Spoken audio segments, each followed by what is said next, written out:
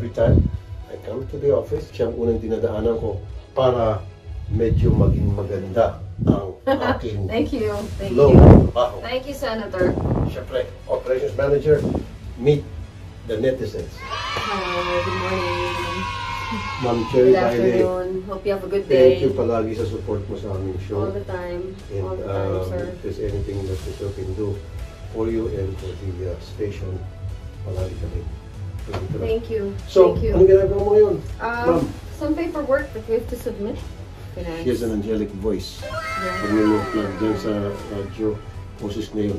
Kaya hindi siya binabayaran. Ang bayad, libre. Kasama sa trabaho. Hindi mo sinacharge? It's part of the chart. No, it's not a lot naman. Okay. Just only when needed. Sige ma'am, paunan muna kami ha. Have a nice day, Senator. You too, Thank you, ma'am. netizens. Thank you.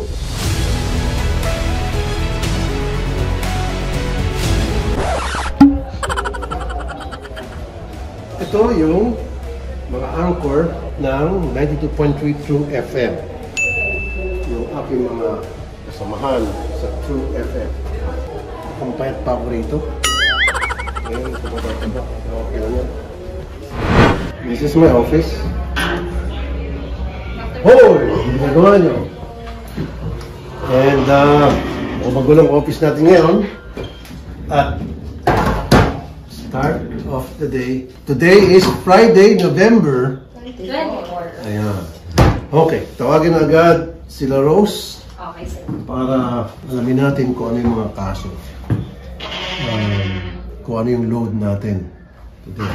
Nang sa gayon, I can give instructions, guidance kung paano nila i-research yung mga kaso na hinahandle nila na itatalakay namin on air. Every time na pumunta ako rito, I get to be briefed by the staff, the researchers. Yung akin na lamang is alamin kung anong klaseng mga dokumento meron sila pertaining to the case. And I give them guidance kung paano trabahuin yung kaso.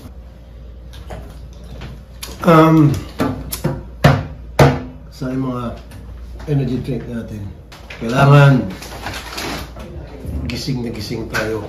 Focus na focus tayo. Isa sa mga nakatulong kahit paano na para maging focus ako. Sorry. Wow. Sarap. Oh, nasaan yung mga kasama natin? Akit na po, sir. Kasi yung action center doon sa baba, medyo malayo-layo ng konti, kaya mag-aantay tayo. Pero 15 minutes na.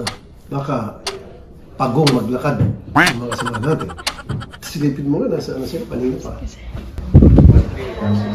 Run. Ate Odette, wala pa sila? Andyan lang.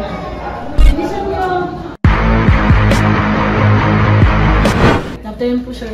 Sige. Nakakaya naman sa inyo. Kayo na pati na tao. Di ba ako nakakabala sa inyo? Opo kayo, gusto nyo masahin ko pa. Masahin natin.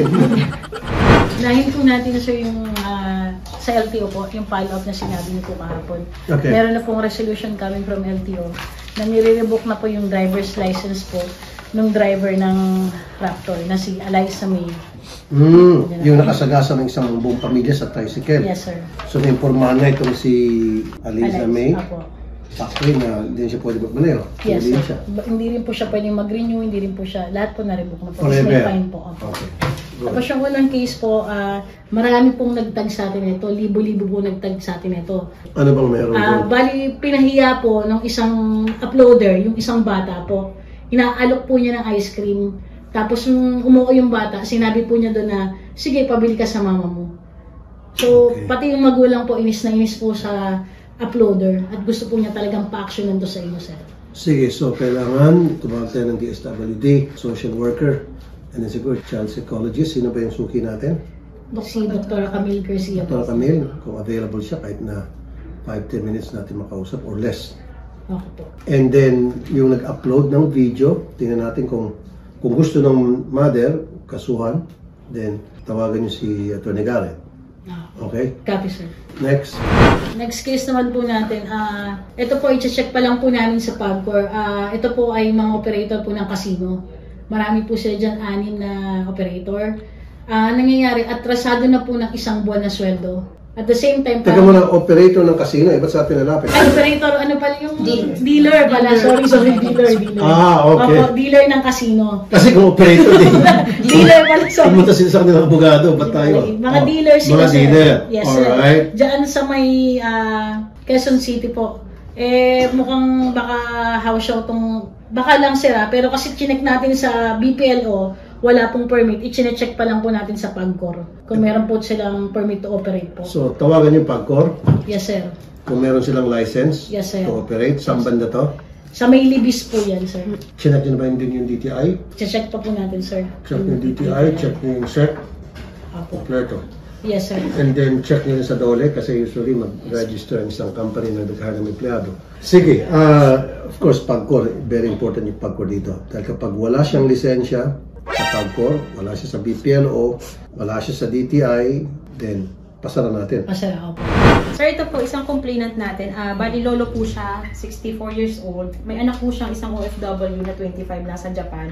Ang nirereklamo nitong si lolo ay itong dating kinakasama karelasyon ng anak niya. Bali, ang ginagawa po kasi itong anak po niya ay nakipaghiwalay daw po dito sa dating kinakasama nitong October lang. So, simula daw po noon, araw-araw silang pinupuntahan sa bahay nitong lalaki para guluhin. Nagbabato daw po ng mga bato, bote, then nagsusumpak pa. Bakit ayaw huli-huliin ng mga barangay tanod at pulis? Nagsumbong na ba sila sa pulis? Sa barangay po, pero hindi pa daw po kasi na-actionan. Dahil?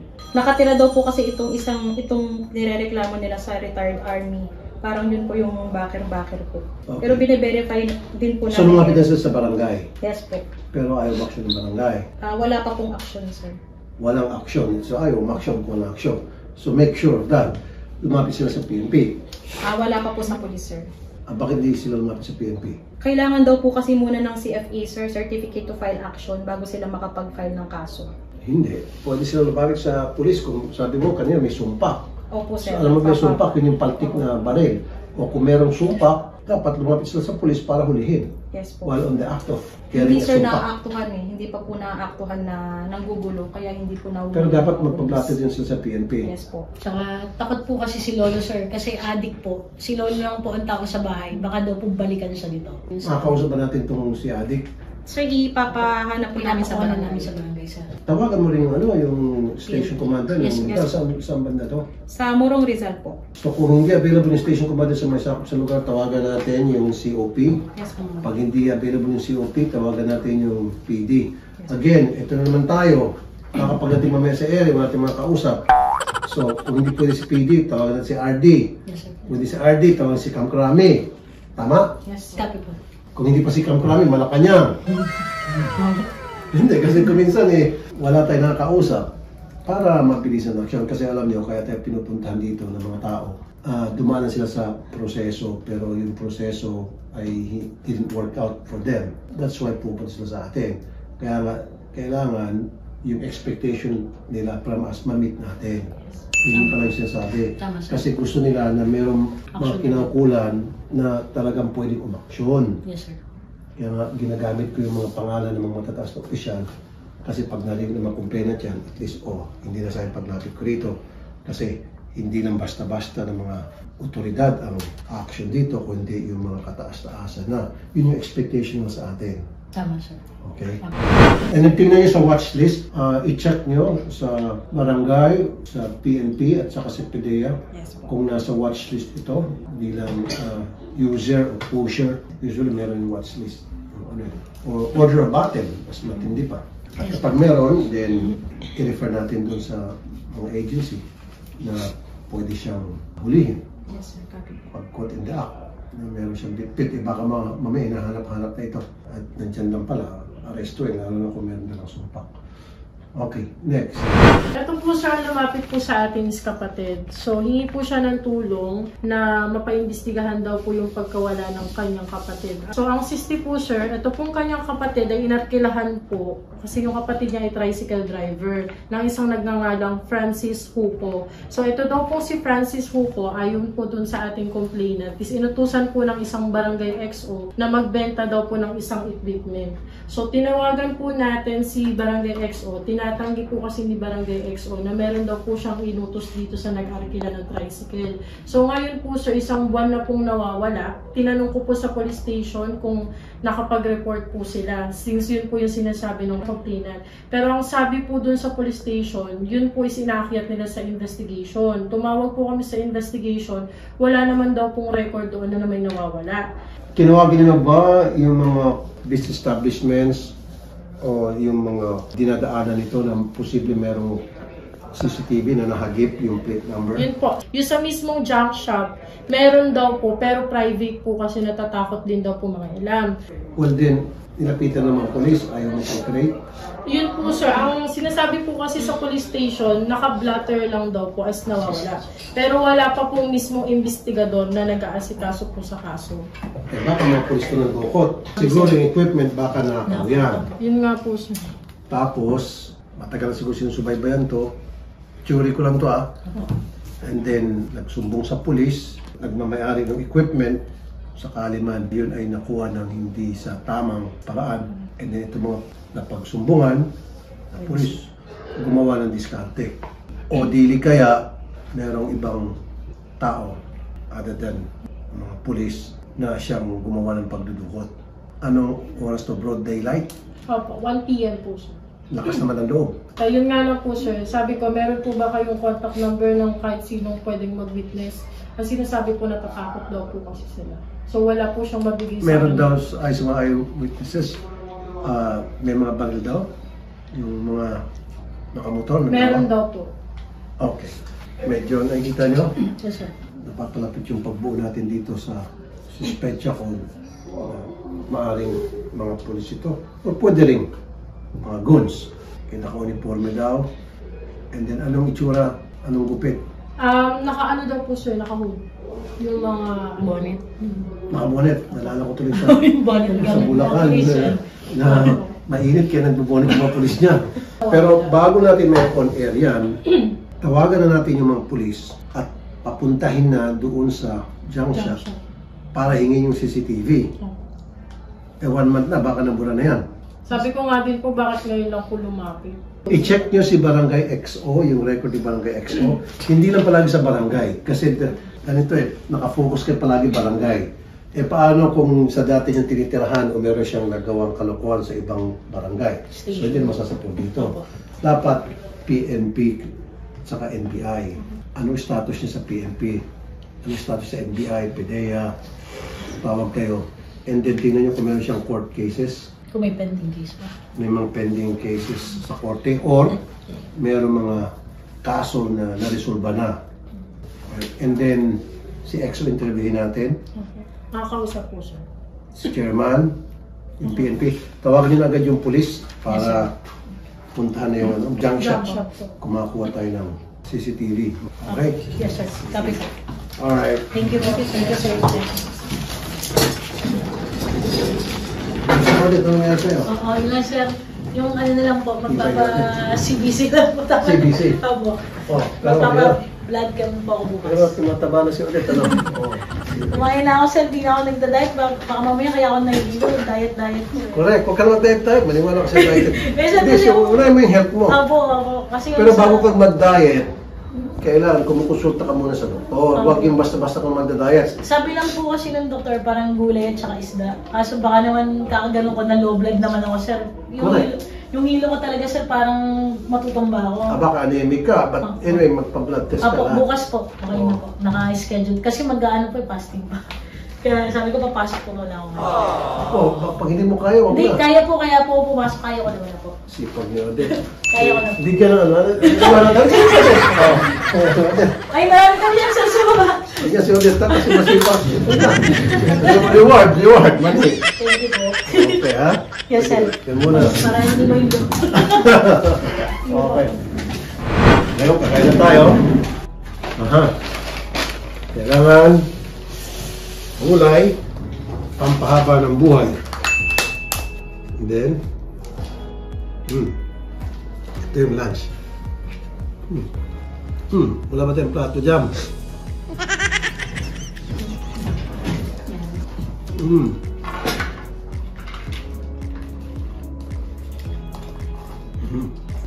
Sila ulit kumain na. Yes sir, kumain na po sa baba. Meron ba? Once in a while, okay ang gulay. Alam. Pero kuminsan kailangan mo ng protein eh. Pero ako, I prefer karne ng manok at saka fish. Bibihira akong kumain ng pork at saka beef. A few moments later. 1:25, dyan tayo sa war room. Diba? Kaya ako na. Yes, sir. Ito po yung aming war room. May kanya-kanya silang assignment. Yung iba, gumagawa ng cross-checking. Yung iba, nagtatatawag. Yung iba, nagsisend ng messages doon sa mga possible na pwedeng makausap as resource person, technical. And of course, si Odette ang nasa prompter. Ayan. Odette, gumawa tayo ng follow-up yung mga seafarer na kasama sa na hostage ng mga terorista. Tawagan si DMW, si OWA, si DFA. 17 ata ang Pilipino dun sa barko na tinake over ng Houthi rebels sa high seas. So anong development, anong ginagawa nating gobyerno, ano nang pinakabago na balita tungkol doon? Okay, so Rose, anong pinaka-latest dun sa mga pinapatawagan ko sa inyo? Bali, etong sa kaso po, sir, ng nawawala po. Nawawalang yung sa tricycle? Nawawala tricycle driver po. Bali, na-confirm po natin, sir, sa police station po ng Station 7 MPD na ito pong sumakay o nag-arkila po ng tricycle sa nawawalang tricycle driver is may record po ng pang-hold up at You saka see? pagnanakaw po. Oh! See? We're on the right track. So sabi kanina, kunin yung record ng tricycle driver maging yung pasahero. Yes po, sir. Okay, so Yung pasahero po yung yung na-verify pasahero natin. verified na merong record na ng pang-hold up Tsaka pagnanakaw. sa MPD. Opo, sir. Station 7. Tawagan natin yung Station 7 ng MPD. Tawagan natin yung director ng MPD. Yes po. Total, kaibigan natin yun. Colonel di ba? Ibay po. Colonel Ibay. Yes po, sir. Alright. Ano pa? Ano pang record meron to? So far, yun lang naman po, sir. Then, nakausap ko din po si Barangay XO na sinasabi niya nga po na talagang pasaway daw po itong pasahero dahil ito po palang pasahero, sir, is kinaanak po niya. So, ang sabi niya po, yung equipment daw po na sinasabi ng complainant natin is bakal po. Kaya daw po sila pupunta ng junk shop. Ibibenta yung bakal? Yes po. Baka Yun yung bakal, po. binakal? Opo, nakaw. Baka nakaw po. Okay. Sino yung may hawak ng kaso? Okay po. I need to talk to that policeman. At yung complainant doon sa kaso kung meron. Okay po. Alright? Ganun tayo magkalkal. Okay. Bukod pa sa pang-hold up, ano pang kaso meron siya? Nakaw daw po. Maraming kaso. Opo, marami daw po. Tad-tad talaga. ng kaso. Meron din daw po sa iba pang mga barangay. So, yun po yung aalamin ko kung saan barangay din po sana, sir.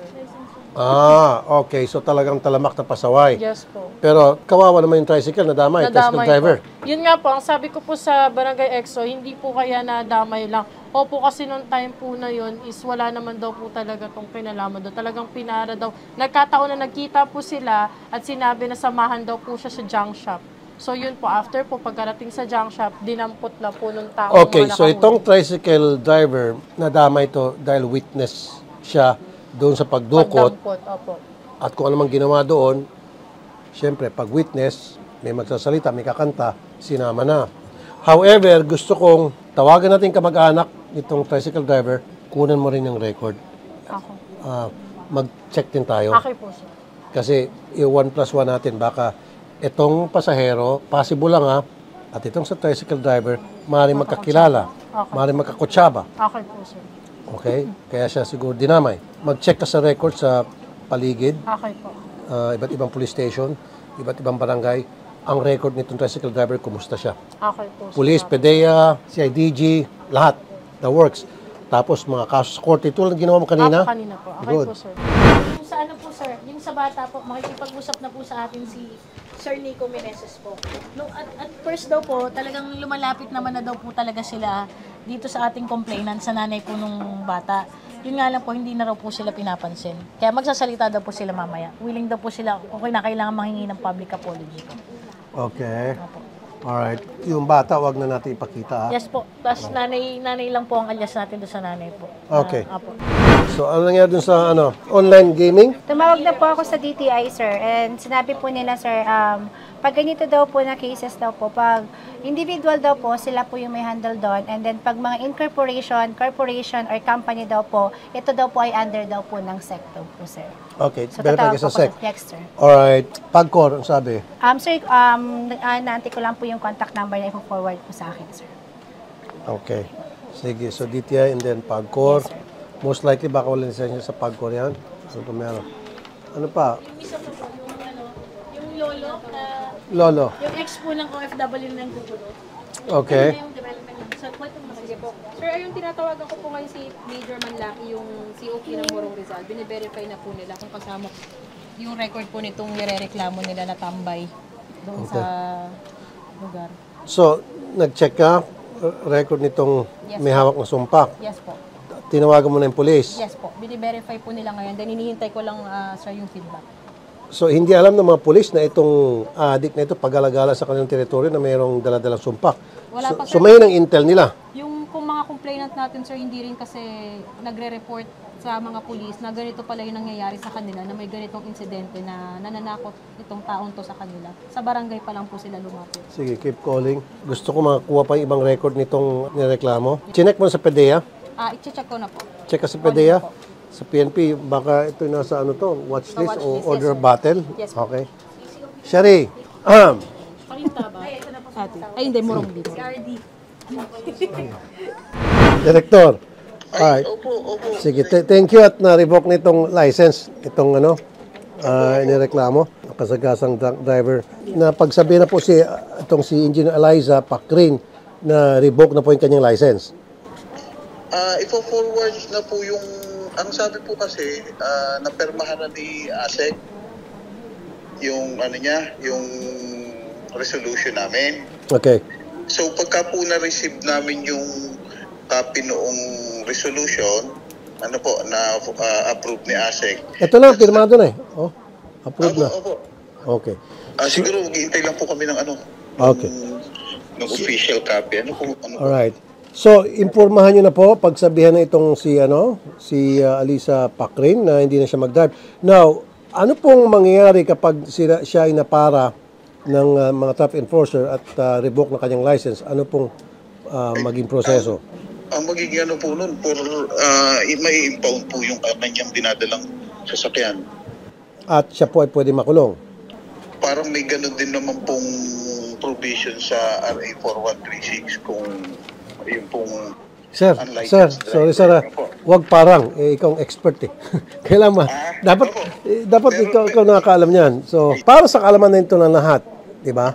Yung mga taong nakansela na ang lisensya, kapag nahuli sila na nagpumilit mag-drive pa rin sa kalye, number 1, sabi niyo po, may impound yung sasakyan. Number 2, makukulong ho ba o hindi? Pwede kasi Sen, na pwede po na yung ticket ang gagamitin. Paano siya matitikitan? Wala naman siyang lisensya na. Ay di basta po makuha yung identity kasi isa ngayon po, pagka po natitikitan. Okay, sir. Sir, pwede pakicheck? Pakicheck na lang sa Ay, sige po. I-double check. Ano nakalagay ba dyan? Ito po, if a person is caught driving with his license is revoked, then he will be disqualified from being granted a license for the initially prescribed 2 years, plus an extension of 1 year. From LTO portal po to. Kailan baguhin natin yung batas na yan? On air po natin ito mamaya kung ganun. Para magkaroon ng public awareness. Non-renewal na po siya hanggang 2027 po. Non-renewal? Opo. Hanggang 2027. Ibig sabihin, after 2027, pwede pa ulit. Opo. Director, hanggang 2027, dapat forever. Medyo lenient tayo rito. 5 ang kanyang pinatay, tapos revoke hanggang 2027. After 2027, pwede siya mag-reapply. Wala ho ba yung perpetual revocation? Wala po kasi kaming na perpetual Then gagawa ko ng batas na maging perpetual kasi in this case, 5 ang kanyang pinatay dahil sa kanyang pagiging lasing. Opo. Thank you, Director. Kausapin kita mamaya ha, Director. Ay, Salamat po, sir. Yes, sir. Yes, sir. Thank you. Aba. Tawag tayo sa legis natin. Gumawa na ng research tungkol sa batas na ito. At kung meron sa batas na kulang, then papagawa tayo ng batas. Okay? Or amendahan natin yung batas na yan. Okay. Tayo rito sa booth. Kasi live tayo sa 1PH. Yan yung TV. Yan. And then, sa radyo naman, live tayo sa 92.3 True FM. And then, of course, meron tayong TV, radio, YouTube, Facebook. So, 4 ang magla-live sa atin. And, ilang minutes na lang. Prompter ng mga anchor. Dalawa kami ni Sherry, dito palagi nakatingin. Kaya kung mapapansin nyo, may binabasa si Sherry dito. Dito nang gagaling yon. And then, ito naman po, prompter ng mga complainant. Diyan siya, para mapanood dito. This is the camera, robotic camera, na nakatutok sa mga complainant. And then, we have another camera, different angle, nakatutok din sa mga complainant. At pwede rin sa amin, ni Sherry. And then, ito yung personal camera ko. Ito hindi robotic, pero flexible. Pwedeng umikot-ikot yan. And then, another camera here. Ito, naka-steady lang, naka-focus sa amin ni Sherry. And then again, I have my own camera naman. Hindi robotic, pero flexible LED. And then, isa pang camera talaga. So, nakaikot yan. Covered lahat ng angle dito. Actually, meron pang studio sa kabila, pero dito talagang wanted sa radyo. Nandun yung mga complainant, nag-aantay sa holding area, pero wag natin sila guluhin. So, 15 minutes pa. Okay? So, ready na. Ready for action in 30 minutes. Bago mag-start, punta muna ako sa, pakita ko sa inyo yung dressing room ko kung saan ako nagsi-CR. And, papasalamat ako sa TV5 dahil binigyan ako ng dressing room.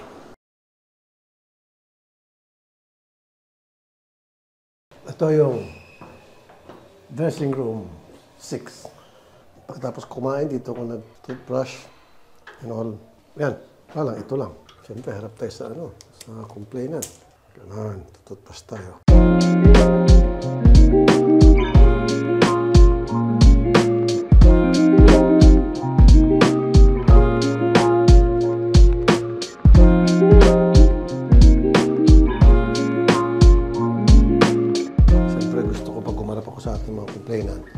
Maayos tayo kasi sila nag-aayos din.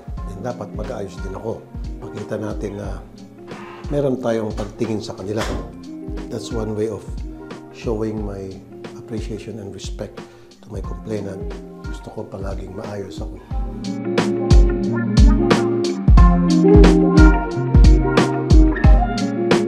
I do this all the time. Kasi kadalasan, yung mga complainant pagkatapos ng interview, nagpapaselfie, pangit naman.